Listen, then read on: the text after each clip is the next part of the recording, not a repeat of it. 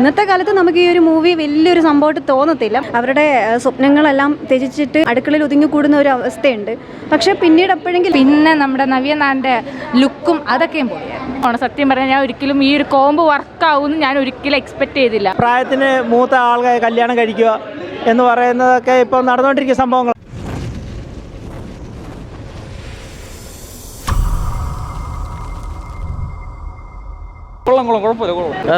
കുഴപ്പമില്ല, കണ്ടോണ്ടിരിക്കുക. അത്യാവശ്യം ചിരിക്കാനൊക്കെ ഉണ്ട്.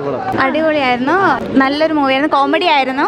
പിന്നെ ഒരു ഏജ്ഡ് ആയിട്ടുള്ള ഒരു മാരേജിനെ ഭയങ്കര നോർമലൈസ് ചെയ്ത് കാണിക്കുന്നുണ്ടായിരുന്നു. അത് നല്ലൊരു മെസ്സേജാണ്. ആക്ച്വലി ഇത്രയും നല്ലൊരു മെസ്സേജ് ഇത്രയും കോമഡി രീതിയിൽ അവതരിപ്പിക്കാൻ പറ്റിയത് നല്ല രസമായിട്ടുണ്ടായിരുന്നു. എല്ലാവരും വന്ന് കാണാൻ ശ്രമിക്കണം. പിന്നെ കാസ്റ്റുകളെല്ലാം അടിപൊളിയായിരുന്നു, കണ്ടിരിക്കാൻ പറ്റും. അങ്ങനെ ബോറടിക്കണില്ലായിരുന്നു. എന്താന്നുള്ള അവസാനത്തെ ക്ലൈമാക്സ് ഒക്കെ അടിപൊളിയായിരുന്നു, ഭയങ്കര അൺഎക്സ്പെക്റ്റഡ് ആയിരുന്നു. അഭിനയമൊക്കെ അടിപൊളിയായിരുന്നു. അങ്ങനെ ഭയങ്കര ലാഗ് അടുപ്പിച്ച് എല്ലാ ആക്ടേഴ്സും ആക്ച്വലി നല്ല ആക്ടേഴ്സ് ആയിരുന്നു. പിന്നെ വലിയ വലിയ ആക്ടേഴ്സും ചെറിയ ചെറിയ റോളൊക്കെ ചെയ്തിട്ട് എല്ലാം അടിപൊളിയാക്കിയിട്ടുണ്ട്. എല്ലാ കാസ്റ്റുകൾക്കും അതിൻ്റേതായിട്ടുള്ള ഒരു വാല്യൂ കൊടുക്കുന്നുണ്ട് മൂവിയിൽ. ഫാമിലി എൻ്റർടൈനറാണ്, സൂപ്പർ ഫിലിം. ഫാമിലിക്ക് വന്ന് കാണാൻ പറ്റിയ സിനിമ തന്നെയാണ്. അപ്പം എല്ലാവരും കാണണമെന്ന് മാത്രമേ ഞാൻ പറയൂ. എൻ്റെ അഭിപ്രായത്തിൽ ഞാനിന്ന് കുറേ ചിരിച്ച സിനിമ, എനിക്ക് നല്ല ചിരി വന്ന സിനിമയാണ്, നല്ല സിനിമയാണ്. എല്ലാവരും കാണും. എല്ലാവരുടെ അഭിനയം കിഡിലും സൂപ്പർ. ആരെയും അങ്ങനെ ഒയിരാണ് അങ്ങനത്തെ ഇല്ല. എല്ലാവരും ഒരു ബാലൻസിങ് ആയിട്ടാണ് പോയത്. എല്ലാവരും സൂപ്പറായിട്ട് ചെയ്തു.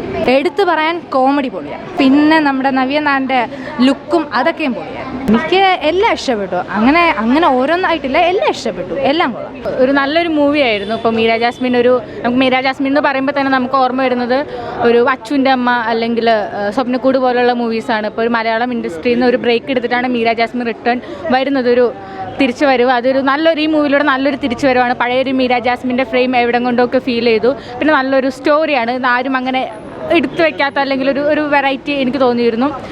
അതുപോലെ അവർ തമ്മിലുള്ള കോംബോ എക്സ്പെഷ്യലി പറയാനുള്ളത്, നമുക്ക് അത് എക്സ്പെഷ്യലി ഇങ്ങനത്തെ ഒരു സ്റ്റോറി ആകുമ്പോൾ നമുക്ക് ആ കോംബോ വർക്കൗട്ട് ആവണമെന്നില്ല. പക്ഷേ അവർ തമ്മിലൊരു കോംബോ അല്ലെങ്കിൽ അത് ശരിക്കും പ്രേക്ഷകരെ എൻ്റർടൈൻ ചെയ്യുന്ന ഒരു തരത്തിലുള്ള ഒരു കോംബോ ആണ്. നല്ലൊരു മൂവിയാണ്.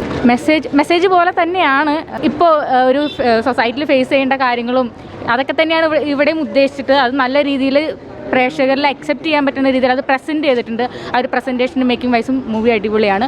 അതുപോലെ തന്നെയാണ് ആ ഒരു ക്ലൈമാക്സ്, ഒട്ടും എക്സ്പെക്റ്റ് ചെയ്യാത്തൊരു ക്ലൈമാക്സ്, നല്ലൊരു മൂവിയാണ്. അവർ തമ്മിലുള്ള കോംബോ ആണ്. സത്യം പറഞ്ഞാൽ ഞാൻ ഒരിക്കലും ഈ ഒരു കോംബോ വർക്കാവുമെന്ന് ഞാൻ ഒരിക്കലും എക്സ്പെക്റ്റ് ചെയ്തില്ല.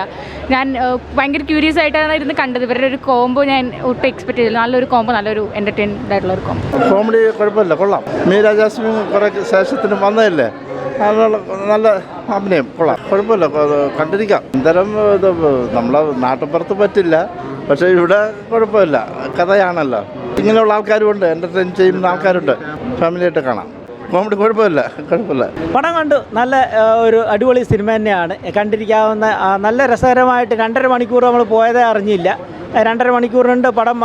ഇത്രയും വലിയൊരു പടമാണെന്ന് പറയത്തുമില്ല. കാരണം നല്ല രീതിയിൽ എടുത്തു, ഒരു ലാഗ് തോന്നാത്ത രീതിയിൽ രസകരമായിട്ട് പടം ചെയ്തിട്ടുണ്ട്.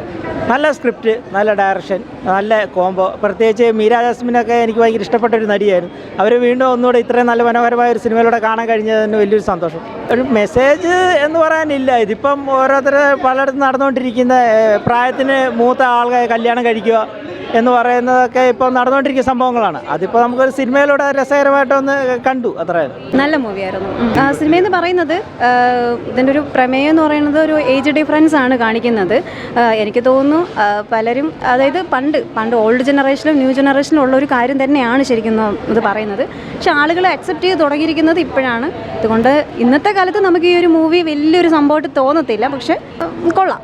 ഓവറോൾ മെസ്സേജ് ആണെന്ന് ചോദിച്ചാൽ നമ്മുടെ നാട്ടിൽ ഇപ്പം നടക്കുന്ന ഒരു കാര്യം തന്നെയാണ്. ഇപ്പോഴും നല്ല പണ്ടും നടക്കുന്നൊരു കാര്യങ്ങൾ തന്നെയാണ്. പക്ഷേ ഇതിൽ ഒരുപാട് കാണിക്കുന്നത് വെച്ച് കഴിഞ്ഞാൽ, അതായത് ആൺകുട്ടികൾ മാത്രമല്ല പെൺകുട്ടികളും ഫാമിലിക്ക് വേണ്ടിയിട്ട് അവരുടെ സ്വപ്നങ്ങളെല്ലാം ത്യജിച്ചിട്ട് അടുക്കളയിൽ ഒതുങ്ങിക്കൂടുന്ന ഒരു അവസ്ഥയുണ്ട്.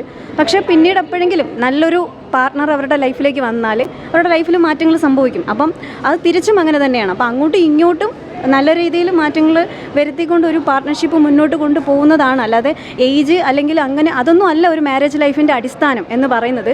ഓപ്പോസിറ്റ് പാർട്ട്ണറിനെ റെസ്പെക്റ്റ് ചെയ്യുക, ആളുടെ സ്വപ്നങ്ങൾ മനസ്സിലാക്കി അതിനുവേണ്ടി കൂടെ നിൽക്കുക. അതാണ് എനിക്ക് തോന്നുന്നു ഈ ഇതുവഴി കൊടുക്കുന്ന ഒരു മെസ്സേജ്. അതിനുവേണ്ടി മാത്രമായിരിക്കും ഏജ് ഇതിലൊരു കാരണമാക്കിയെന്ന് എനിക്ക് തോന്നുന്നു. മാരേജിന് ഒരിക്കലും ഒരു പക്വത ഉണ്ടായിരിക്കണം, പക്ഷേ ഇതിൽ കാണിക്കുന്ന ഒരു നായകന് പക്വതയും ശരിക്കും പറഞ്ഞാൽ കാണിക്കുന്നില്ല. പക്ഷേ ഒരു ശരിയായ പാർട്ട്ണർ വന്ന സമയത്ത് അവിടെ ആൾക്ക് വരുന്നുള്ളതായിട്ടാണ് കാണിക്കുന്നത്. എനിക്കങ്ങനെയാണ് ഫീൽ ചെയ്തത്.